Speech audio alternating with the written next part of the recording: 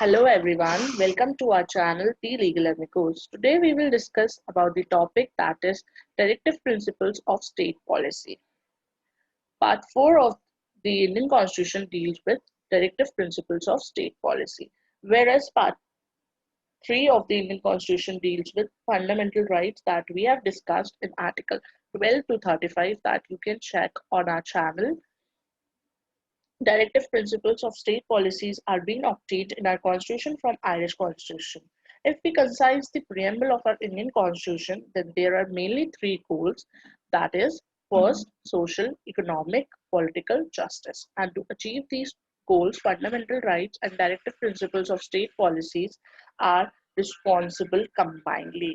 Now, we will discuss about the difference between directive principles and fundamental rights. First point, fundamental rights are a kind of negative rights. इसका मतलब ये होता है कि fundamental rights जो है उसके लिए स्टेट हमें ये बताता है कि जस्टिस अचीव करने के लिए हमें ये सारी चीजों की जरूरत नहीं होती है जो मतलब डीपीएसपीज में है। बट वेयर एज डीपीएसपी जो है वो पॉजिटिव राइट है, उसमें ये बताया जाता है कि अगर हमें जस्टिस अचीव करना है तो हमें ये सारे राइट्स की जरूरत है। Second point, fundamental rights are more concerned with political justice, whereas DPSPs are more concerned with economic and social justice. Third point, fundamental rights are justiciable. That means कि fundamental rights जो है वो settled और enforceable by court होते हैं. But whereas DPSPs जो होते हैं वो not justiciable rights है, मतलब कि DPSPs enforceable by court नहीं होते हैं। और हमें ये कैसे पता चलता है कि DPSPs जो है वो enforceable नहीं होता है, वो हमें आर्टिकल 37 से पता चलता है। आर्टिकल 36 हमें ये बताता है कि जो स्टेट की डेफिनेशन आर्टिकल 12 में दी गई है पार्ट 3 के अंदर, वही सेम डेफिनेशन आर्टिकल 36 में दी गई है पार्ट 4 के अंदर। आर्टिकल 37 हमें ये बताता है कि जो directive principles of state policy है वो इन्फोर्सेबल बाय कोर्ट नहीं है, बट इसमें तीन इंपॉर्टेंट चीजें हैं। फर्स्ट इंपॉर्टेंट चीज तो यही है कि वो इन्फोर्सेबल बाय कोर्ट नहीं है। सेकंड इंपॉर्टेंट चीज ये है कि डीपीएसपी जो होते हैं वो बहुत ज्यादा इंपॉर्टेंट होते हैं एक स्टेट के लिए। और थर्ड पॉइंट ये होता है कि अगर स्टेट गवर्नमेंट अगर कोई लॉ बनाती है तो उन्हें पहले डीपीएसपी को भी कंसिडर करना पड़ता है। हाँ, तो अब बात आती है कि डायरेक्टिव प्रिंसिपल्स जो थे उन्हें तीन कैटेगरीज में डिवाइड किया गया था उनके कंटेंट के हिसाब से। तो फर्स्ट था सोशलिस्टिक प्रिंसिपल। इसके अंदर जितने भी आर्टिकल्स आते हैं वो वेलफेयर स्टेट या इक्वालिटी की बात करता है। जैसे आर्टिकल 38 है वो ये बताता है कि सोशल वेलफेयर को प्रमोट करना चाहिए और जो इनइक्वालिटी को मिनिमाइज करना चाहिए इनकम, स्टेटस, अपॉर्चुनिटी और फैसिलिटीज के बेसिस पे। आर्टिकल 39 ये बताता है कि एक एडिक्वेट मीन्स ऑफ लाइवलीहुड होना चाहिए, फेयर डिस्ट्रीब्यूशन होना चाहिए वेल्थ का, equal pay for equal work होना चाहिए। 39A ये बताता है कि फ्री एड होना चाहिए, स्टेट को फ्री एड प्रोवाइड करनी चाहिए। आर्टिकल 41 हमें ये बताता है कि राइट टू वर्क और राइट टू एजुकेशन सिटीजन्स को प्रोवाइड होना चाहिए और जो असिस्टेंस है इन एम्प्लॉयमेंट अनएम्प्लॉयमेंट के अंदर उन्हें भी हटाना चाहिए। आर्टिकल 42 ये बताता है कि ह्यूमन कंडीशन ऑफ वर्क को सिक्योर करना चाहिए और मैटरनिटी रिलीफ भी मिलनी चाहिए। आर्टिकल 43 हमें ये बताता है कि वर्कर्स को सिक्योर करना चाहिए by giving them living wages, proper condition of work होना चाहिए और स्टैंडर्ड ऑफ लाइफ देनी चाहिए। आर्टिकल 43A ये बताता है कि participation of workers in management of organisation and industry. And article 47 level of nutrition, standard of life, standard of public health को फेस करता है। अब गांधीयन प्रिंसिपल्स जो थे वो गांधी जी के फिलोसफी पे बेस्ड थे।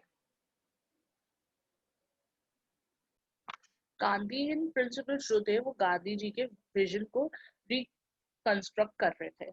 इसमें गांधी जी के विजन्स थे जो वो चाहते थे, जैसे वो कॉटेज इंडस्ट्रीज बिल्ड करना चाहते थे और कंट्री में गवर्नेंस चाहते थे एक अच्छी। तो ये सब था। जैसे आर्टिकल 40 के अंदर यही है कि participation of people in governance of country और विलेज पंचायत ऑर्गेनाइज कराना। आर्टिकल 43 के अंदर वर्कर्स के बारे में बताया गया है, जिनमें उन्हें प्रॉपर वेजेस देना चाहिए, प्रॉपर कंडीशन ऑफ वर्क होना चाहिए, स्टैंडर्ड ऑफ लाइफ होना चाहिए। 43B ये बताता है कि कोऑपरेटिव सोसाइटीज जो है उनका प्रमोशन होना चाहिए।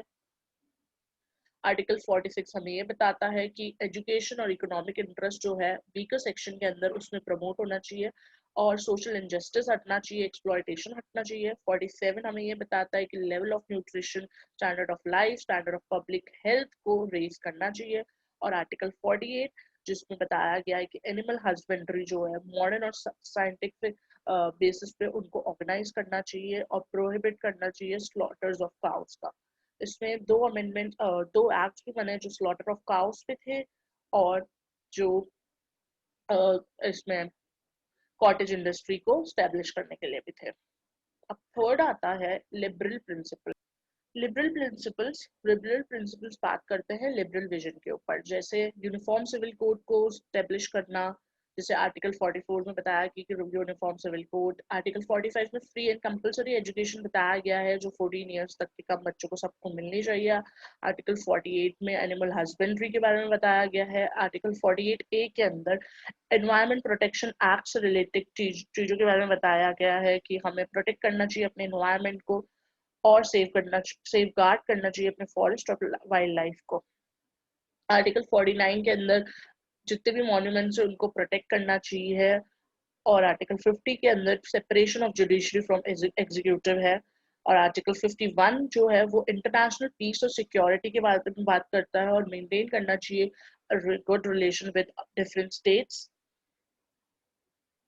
अब चलते हैं हम इम्पोर्टेंट अमेंडमेंट्स जो डीपीएसपी के अंदर हुए थे, जिससे काफी चेंजेस आए थे। 42nd अमेंडमेंट जो था उससे article 39, article 39A, article 43A, 48A जो थे वो ऐड हुए थे इंडियन कॉन्स्टिट्यूशन के अंदर।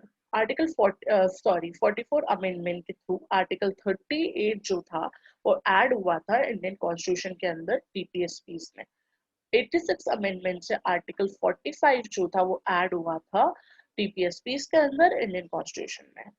97 अमेंडमेंट से आर्टिकल 43B जो था वो ऐड हुआ था इंडियन कॉन्स्टिट्यूशन के अंदर टीपीएसपी में। That's all for this video. अगर आपको ये वीडियो अच्छा लगा हो तो please do like, share, subscribe to our channel और आप हमारी वेबसाइट पे भी विजिट कर सकते हैं नोट्स के लिए और बहुत सारी अपॉर्चुनिटीज एंड बहुत सारे डिफरेंट चीजों के लिए। Thank you so much.